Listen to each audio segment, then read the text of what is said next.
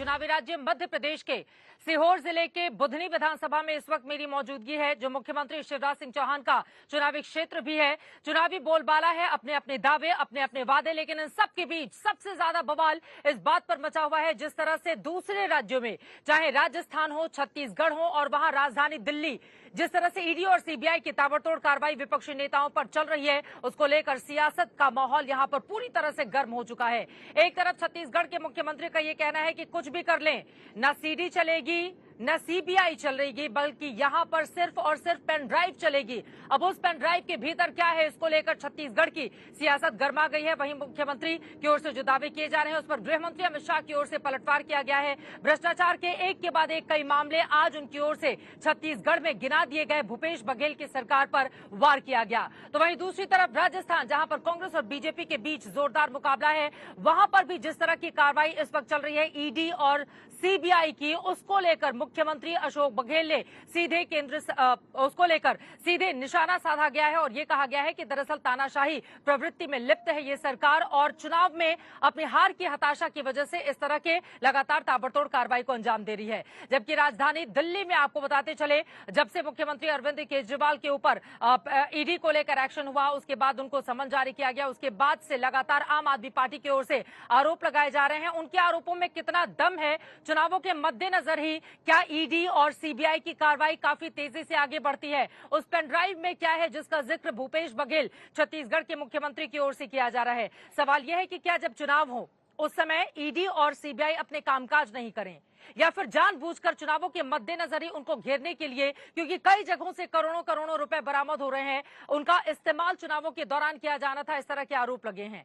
क्या चुनाव के दौरान सीबीआई और ईडी की कार्रवाई रुक जानी चाहिए? विपक्षी नेताओं की ओर से जो आरोप लगाए जा रहे हैं, क्या उन आरोपों में दम दिखता है, या फिर सत्तापक्ष जो दावे कर रहा है कि जो भी भ्रष्टाचारी होगा उसको बख्शा नहीं जाएगा, सीबीआई और ईडी तो अपनी कार्रवाई करेंगी ही।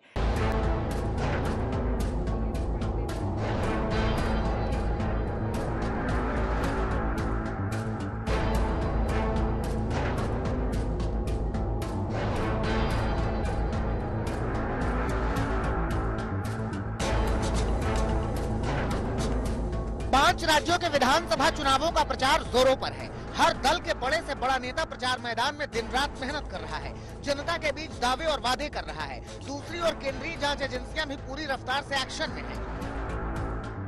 दिल्ली में अरविंद केजरीवाल को शराब घोटाले में नोटिस किया गया। राजस्थान में जल जीवन मिशन घोटाले में छापे पड़ रहे हैं। छत्तीसगढ़ में गेमिंग ऐप वालों के घर से करोड़ों नकदी मिल रही है। चेन्नई में डीएमके मंत्री के घर इनकम टैक्स के छापे चल रहे हैं। गुजरात में भी गेमिंग ऐप वालों के ठिकानों पर छापे चल रहे हैं। यूं तो जांच एजेंसियों का काम जांच का है, लेकिन चुनावी सीजन में हर जांच को विपक्ष सिरे से केंद्रीय एजेंसियों का दुरुपयोग करार दे रहा है, क्योंकि दिल्ली में आम आदमी पार्टी के चीफ केजरीवाल जांच एजेंसी के निशाने पर हैं। छत्तीसगढ़ में महादेव ऐप केस में कांग्रेस नेताओं की भी जांच चल रही है। राजस्थान में सीएम गहलोत के बेटे से लेकर मंत्रियों तक की जांच की जा रही है। राजस्थान में जांच एजेंसियां 3 बड़ी अनियमितता के आरोपों की जांच कर रही हैं। इसमें एक है जल जीवन मिशन घोटाला। इस घोटाले में राजस्थान के मंत्री आईएएस से लेकर इंजीनियर्स और ठेकेदारों के घर जांच हुई है। दूसरा है परीक्षा पेपर लीक मामला। इसमें प्रवर्तन निदेशालय ने कांग्रेस प्रदेश अध्यक्ष गोविंद सिंह डोटासरा से लेकर निर्दलीय विधायक के खिलाफ जांच की है। तीसरा है फॉरेन एक्सचेंज वायलेशन का मुकदमा, जिसमें ईडी ने सीएम गहलोत के बेटे वैभव से पूछताछ की है। इतने बड़े मुल्क के अंदर इकोनॉमिक ऑफेंस हो ही नहीं रही है, उनकी तरफ ध्यान नहीं जा रहा। उनका ध्यान जा रहा है पॉलिटिशियन के घरों पे जाओ। आप इस प्रकार से दबाव देकर के राजनीति कर रहे हो, चुनाव जीतने के लिए, सरकारें गिराने के लिए आप लोग उपयोग करते हो ईडी का। हालांकि इसी चुनावी माहौल में राजस्थान के एंटी करप्शन ब्यूरो ने ईडी के ही 2 अफसरों को गिरफ्तार कर लिया, जिन पर रिश्वत लेने का आरोप लगा था।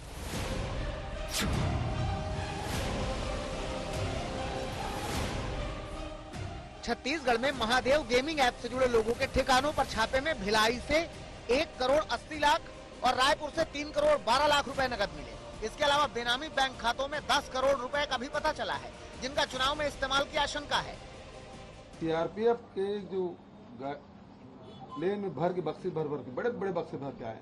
निर्वाचन आयोग से मैं कहना चाहूंगा कि इनके वाहनों के भी चेकिंग होना चाहिए और उसका उपयोग मतदाताओं को प्रभावित करने किया जाए। हालांकि छत्तीसगढ़ में चुनावी संकल्प की घोषणा करते वक्त केंद्रीय आरोपों की गिनती गिना दी। 2000 करोड़ का शराब घोटाला हुआ, 540 करोड़ का कोयले के परिवहन का घोटाला हुआ, यहाँ पर गाय के गोबर में भी घोटाला करने का काम इन्होंने किया। महादेव ऐप का घोटाला जिनके कारण उनकी नींद उड़ी हुई है। पब्लिक सर्विस कमीशन का घोटाला हुआ।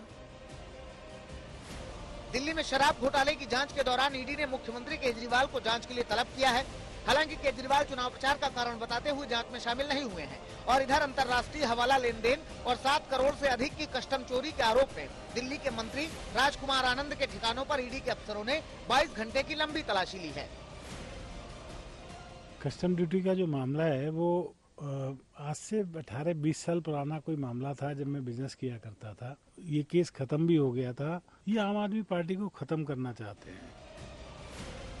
हालांकि पीएम मोदी ने छत्तीसगढ़ की चुनावी रैली में चोर लुटेरों के खिलाफ सरकार की गारंटी याद दिलाई।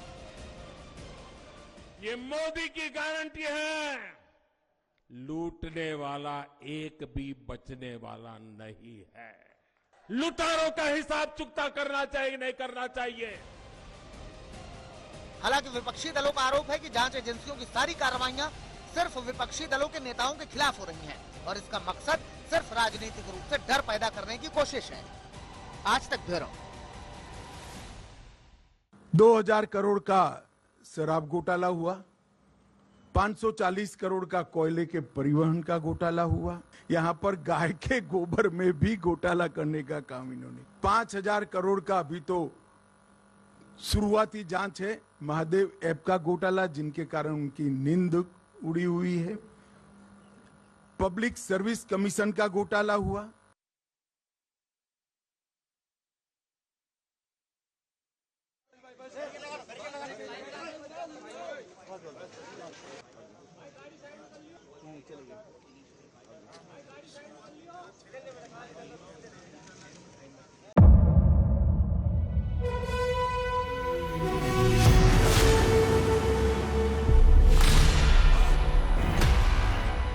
मुद्दों का मैदान, जिम्मेदारी लेंगे, तर्कों पर घमासान। क्या बताना चाहते हैं इस देश को? किससे किसकी ठनी, न्याय की नीति नहीं बनती है। किसने दी, किसे पटखनी, क्या सच है जिसको छिपाने की कोशिश। खबरों की दुनिया का सबसे बड़ा अखाड़ा दंगल देखे मेरे यानी चित्रा त्रिपाठी के साथ रोज शाम 5 बजे सिर्फ आज तक पर। ना पक्ष ना विपक्ष, ना लेफ्ट ना राइट, ना मिर्च ना मसाला, खबरों का बोलबाला। निडर, निर्भीक, सबसे सटीक स्पेशल रिपोर्ट सिर्फ आज तक पर। एयर रेड के ये सायरन समय समय पर आपको सुनाई देते हैं। शौर्य की, भारत और चीन के बीच साहस की, सभी बाढ़ग्रस्त इलाकों का हवाई सर्वेक्षण किया है। सरोकार की, गाजीपुर में किसान से बातचीत करें। संघर्ष की, कश्मीर को आगे बढ़ना होगा। संयम की, भावनाएं भड़की या दंगे भड़काए गए, सवालों की, जनता के लिए, जनता के द्वारा, जनता की दस्तक। श्वेता सिंह के साथ सिर्फ आज तक पर।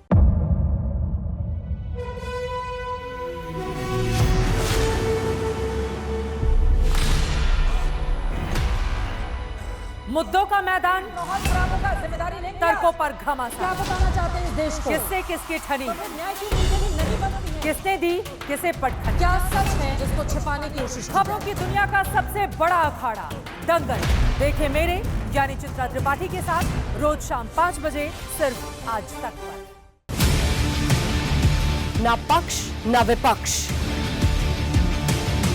ना लेफ्ट ना राइट, ना मिर्च ना मसाला, खबरों का बोलबाला।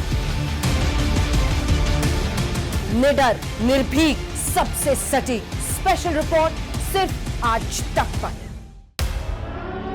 एयर रेड के ये सायरन समय समय पर आपको सुनाई देते हैं। शौर्य की, भारत और चीन के बीच साहस की, सभी बाढ़ग्रस्त इलाकों का हवाई सर्वेक्षण किया है। सरोकार की, गाजीपुर में किसान से बातचीत करें। संघर्ष की, कश्मीर को आगे बढ़ना होगा। संयम की, भावनाएं भड़की या दंगे भड़काए गए, सवालों की, जनता के लिए, जनता के द्वारा, जनता की दस्तक। श्वेता सिंह के साथ सिर्फ आज तक पर।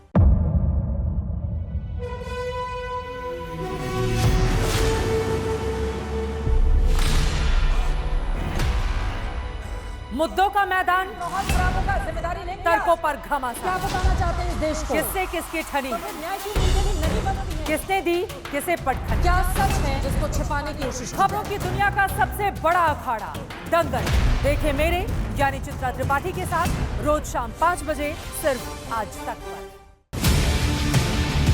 ना पक्ष ना विपक्ष, ना लेफ्ट ना राइट, ना मिर्च ना मसाला, खबरों का बोलबाला,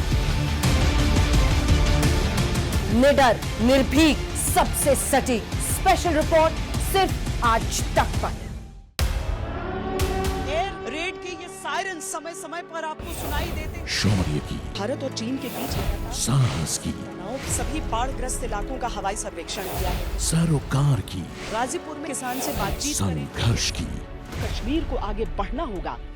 संयम की, भावनाएं भड़की या दंगे भड़काए गए, सवालों की, जनता के लिए, जनता के द्वारा, जनता की दस्तक। श्वेता सिंह के साथ सिर्फ आज तक पर।